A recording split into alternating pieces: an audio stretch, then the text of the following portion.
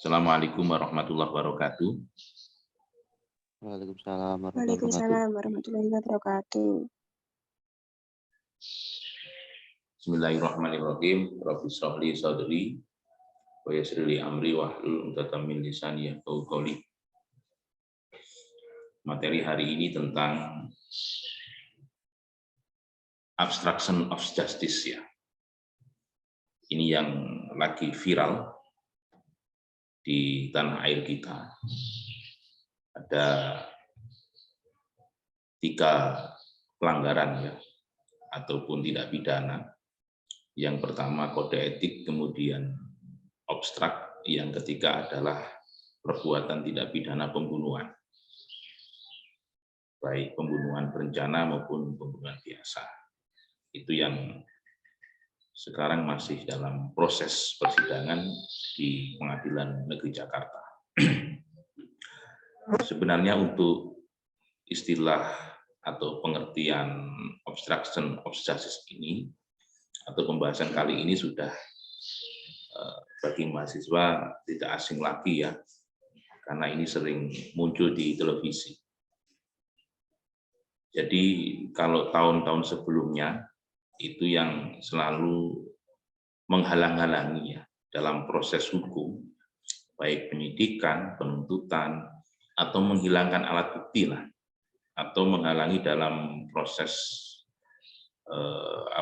forensik. Itu sebelumnya itu yang melakukan bukan polisi,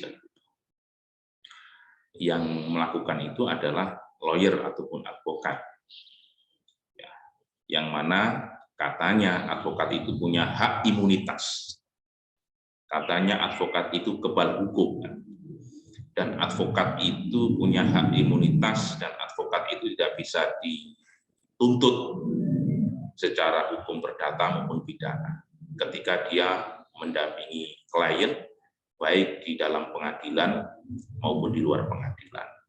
Dan itu ada di dalam undang-undang advokat nih. Jadi bahasa kerennya itu adalah kebal hukum begitu ya.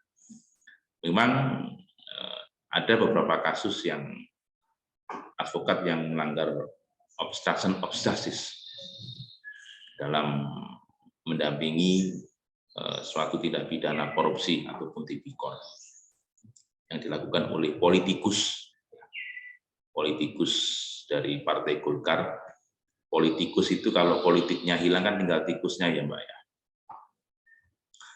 Materi hari ini saya akan menyampaikan yang pertama nanti tentang pengertian obstruction of justice, yang kemudian dasar hukumnya atau sejarah nanti ya, sejarah kemudian dasar hukumnya, dan ada beberapa kasus yang akan kami contohkan, baik kasus di dalam tipikor maupun kasus di dalam tindak pidana umum dan lain sebagainya, karena pelaku obstruction of justice itu yang baru kemarin itu yang pelakunya adalah polisi sendiri kan, itu penegak hukum sendiri.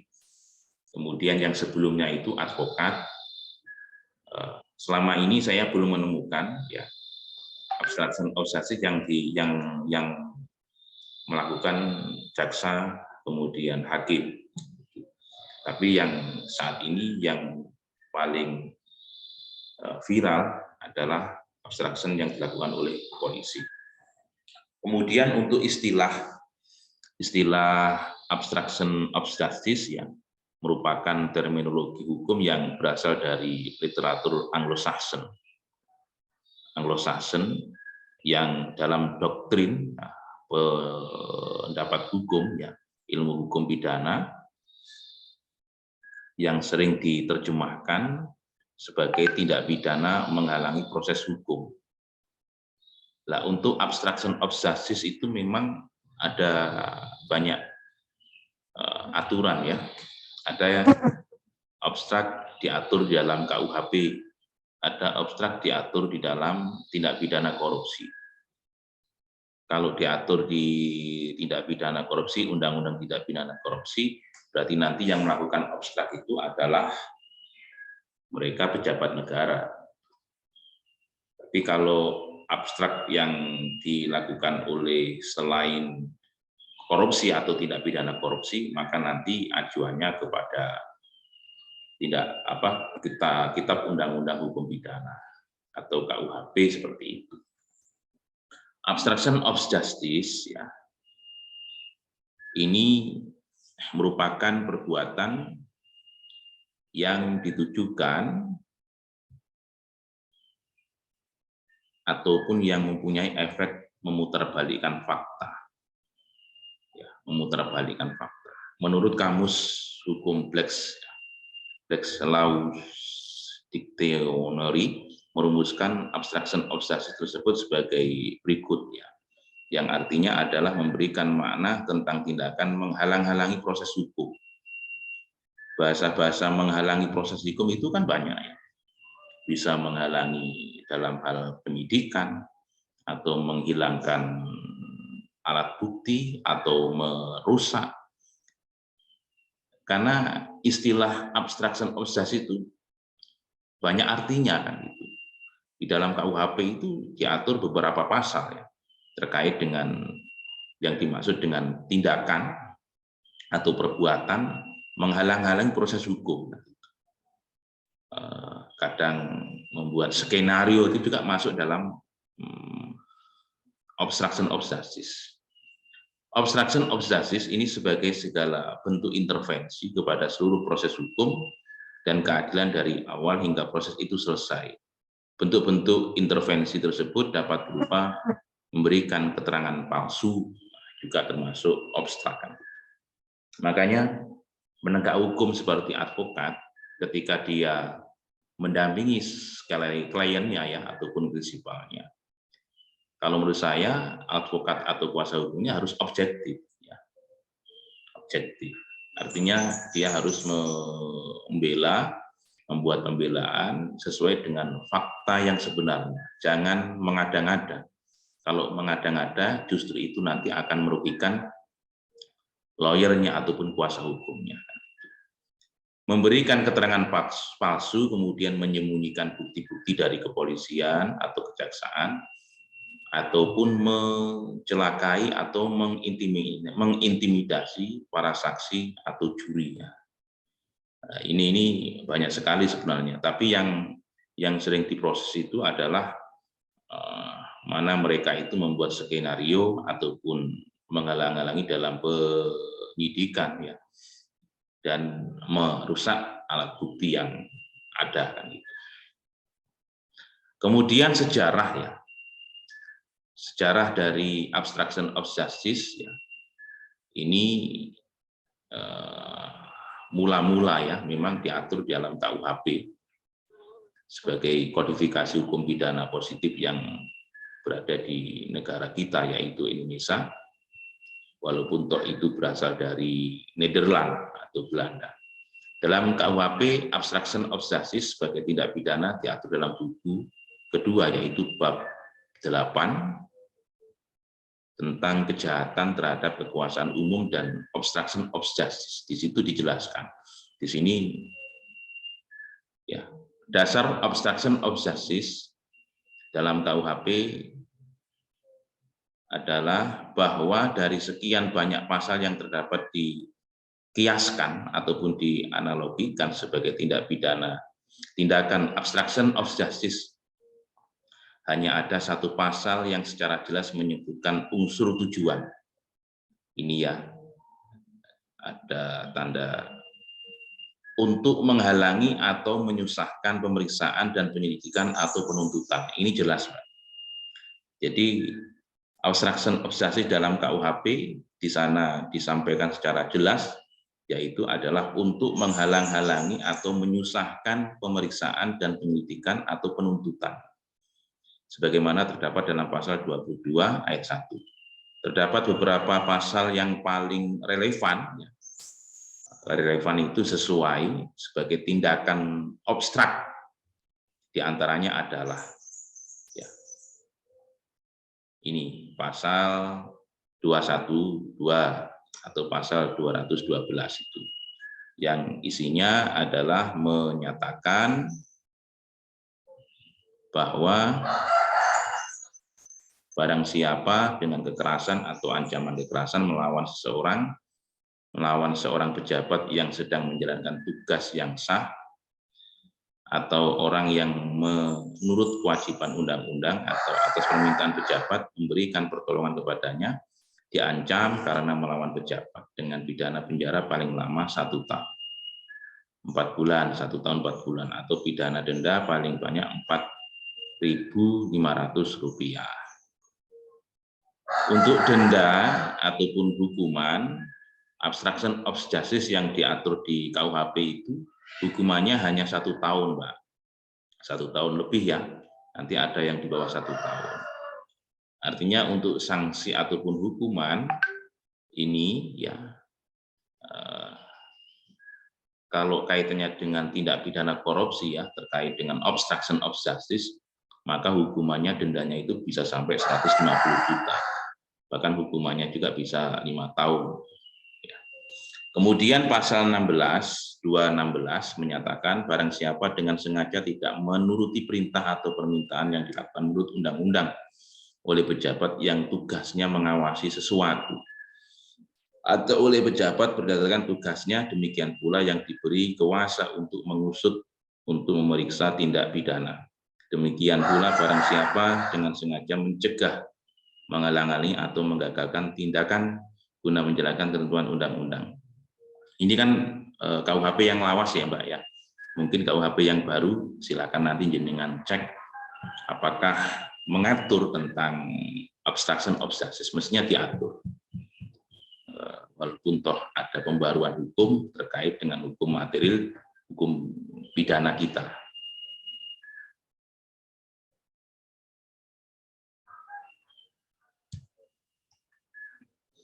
Dan juga silakan jangan lihat di pasal 217 ya dan 221. Untuk yang 217 itu menyatakan barang siapa menimbulkan kegaduhan dalam sidang pengadilan atau dia tempat di mana seorang pejabat sedang menjalankan tugasnya. Kemudian pasal 221 menyatakan diancam dengan pidana penjara paling lama 9 bulan atau pidana denda paling banyak Rp4.000. Ayat 1. Barang siapa dengan sengaja menyembunyikan orang yang melakukan kejahatan atau dituntut karena melakukan kejahatan. Untuk yang ini silakan jangan baca sendiri nanti. Ini ada fotonya Verdi Sambo ini, Pak. Dengan skenario Verdi Sambo. Kemarin ada 6 ya yang melakukan tindakan obstruction of justice ya, masuk Hendra Kurniawan dan lain sebagainya. Pasal 222 menyatakan barang siapa dengan sengaja mencegah, menghalang-halangi, menggagalkan pemeriksaan mayat forensik lain diancam dengan pidana penjara paling lama 9 bulan atau pidana denda paling banyak Rp6.500. Kemudian pasal 223 menyatakan barang siapa dengan sengaja melepaskan atau memberi pertolongan ketika meloloskan diri kepada orang yang ditahan atau perintah penguasa umum atas putusan atau ketetapan hakim diancam dengan pidana penjara paling lama 2 tahun 8 bulan. Jadi yang dimaksud obstruction of justice itu relatif. Kemudian pasal 224 menyatakan barang siapa dipanggil sebagai saksi atau sebagai saksi ahli atau juru bahasa menurut undang-undang dengan sengaja tidak memenuhi kewajiban berdasarkan undang-undang yang harus dipenuhinya, diancam. 1. Dalam perkara pidana dengan pidana penjara paling lama 9 bulan. Dalam perkara lain dengan pidana penjara paling lama 6 bulan. Misalkan Kuat Ma'ruf itu kan menjadi tersangka ya, menjadi terdakwa juga dia. Ataupun saksi kemarin ada Susi, Susi kalau dia tidak mau dipanggil oleh pengadilan, tidak mau menjadi sebagai saksi, maka dia bisa dituntut penjara paling lama 9 bulan. Karena dia ada di situ ya, ada di situ, karena saksi itu kan ada, saksi itu adalah saksi fakta ya, saksi yang mengetahui atau mendengarkan, atau saksi yang mengalami secara langsung. Bagaimana diatur di pasal 184 Kitab Undang-Undang Hukum Acara Pidana.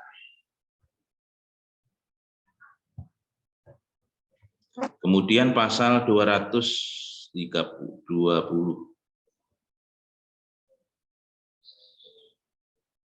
Nah, ya. Kemudian pasal 231, jangan baca sendiri Mbak ya. Nah, ini contoh di pasal 233 ya, barang siapa dengan sengaja menghancurkan, merusak, membuat tak dapat dipakai. Termasuk yang kemarin itu merusak CCTV ya. Dan merusak CCTV, menghancurkan, merusak ya. Karena kemarin ada 6 orang yang menjadi terdakwa juga kan. Kemudian ini, tadi yang saya sampaikan itu obstruction of justice di dalam atau diatur di KUHP ya. Sekarang obstruction of justice diatur di tindak pidana korupsi. Di situ ada gambar tikus Mbak, politikus. Kalau politiknya hilang kan tinggal tikusnya. Obstruction of justice diatur di tindak pidana, undang-undang tindak pidana korupsi. Ini.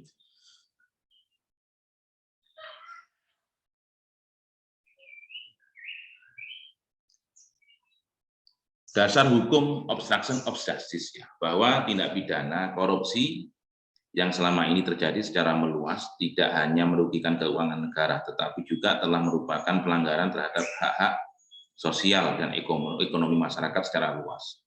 Sehingga tindak pidana korupsi perlu digolongkan sebagai kejahatan yang pemberantasannya harus dilakukan secara luar biasa. Maka kalau pemberantasannya harus dilakukan secara luar biasa, maka hukumannya juga harus lebih berat kan, daripada tindak pidana yang umum. Kalau yang ini kan tindak pidana khusus kan. Hukum pidana khusus yang bersifat intra aturan pidana adalah undang-undang di luar KUHP yang khusus mengatur tentang tindak pidana korupsi, disebut juga dengan asas lex specialis derogat lex generalis. Dia diatur secara khusus kan itu. Kalau diatur secara khusus maka harus ada undang-undang khusus juga, yaitu Undang-Undang Pemberantasan Tindak Pidana Korupsi Nomor 31 Tahun 99 dan berubah atas Undang-Undang Nomor 20 Tahun 2001 yang memuat tentang obstruction of justice. Ini kaitannya dengan pengaturan obstruction of justice untuk perkara atau perbuatan tindak pidana korupsi. Untuk obstruction of justice ya, untuk tipikor tadi sudah kami sampaikan diatur di Undang-Undang Nomor 31 Tahun 99. Silakan jenengan lihat di pasal 21 yang menyatakan setiap orang yang dengan sengaja mencegah, merintangi, atau menggagalkan secara langsung atau tidak langsung dalam penyidikan, penuntutan, dan pemeriksaan di sidang pengadilan terhadap tersangka dan terdakwa. Kalau terdakwa berarti menghalangi dalam penuntutan di persidangan ya. Kalau tersangka itu menggagalkan secara langsung di tingkat penyidikan atau dalam penyidikan.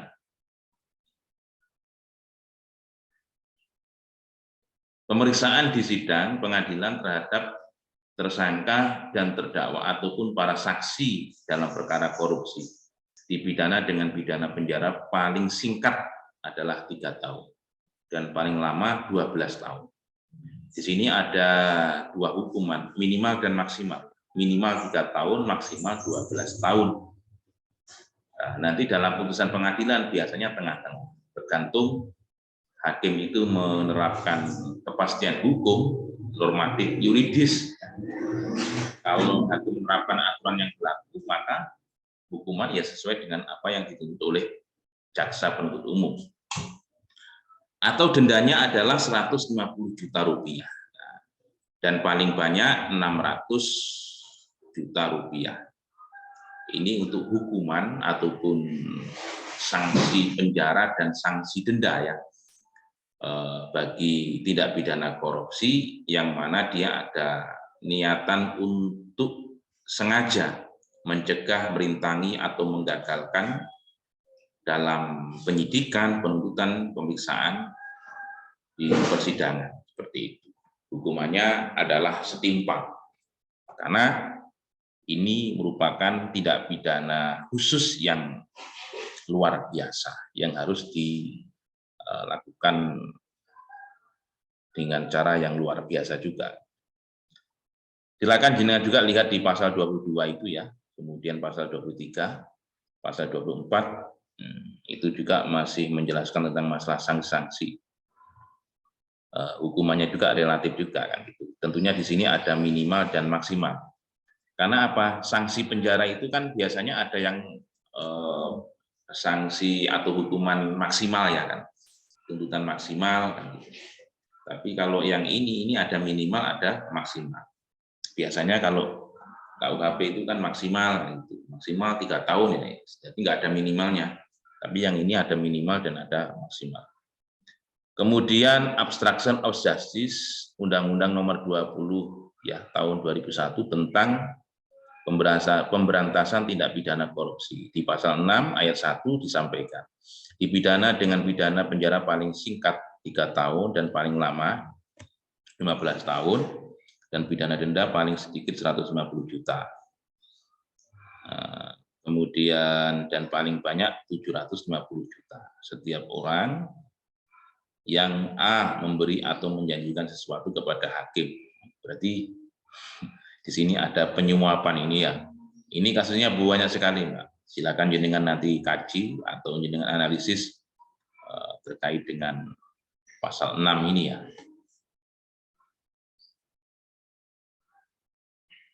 Atau B memberi atau menjanjikan sesuatu kepada seorang yang menurut ketentuan peraturan undang-undangan ditentukan menjadi advokat untuk menghadiri sidang pengadilan dengan maksud untuk mempengaruhi nasihat atau pendapat yang akan diberikan berhubung dengan perkara yang diserahkan kepada pengadilan yang diadili.